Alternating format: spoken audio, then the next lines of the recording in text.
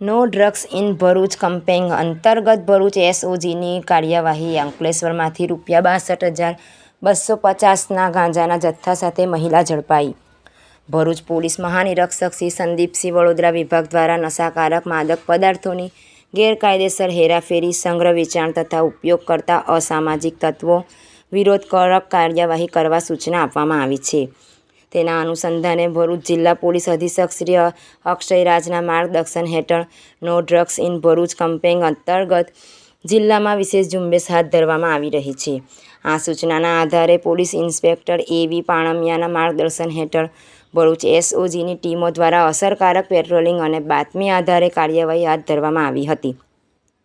આ દરમિયાન એસએસઆઈ હરેશભાઈ રામકૃષ્ણને મળેલી ચોક્કસ બાતમી મુજબ અંકલેશ્વર ગુજરાત હાઉસિંગ બોર્ડ ખાતે મકાન નંબર 504માં ભાડે રહેતી લક્ષ્મીબેન બળવંતભાઈ ઠક્કર પોતાના રહેણાંક મકાનમાં ગેરકાયદેસર રીતે માદક પદાર્થ ગાંજો રાખી છૂટક વેચાણ કરી હોવાનું જાણવા મળ્યું હતું।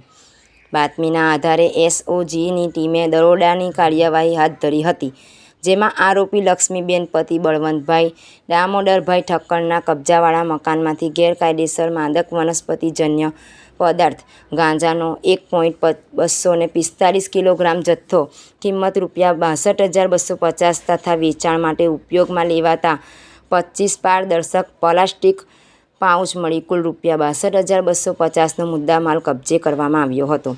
આ અંગે આરોપી મહિલા વિરુદ્ધ અંકલેશ્વર શહેર એ ડિવિઝન પોલીસ સ્ટેશનમાં narcotics, drugs and psychotropic substances act 1985ની કલમ 8C, 20B, IIB તથા 29 મુજબ ગુનો નોંધી વધુ તપાસ હાથ ધરવામાં આવી છે।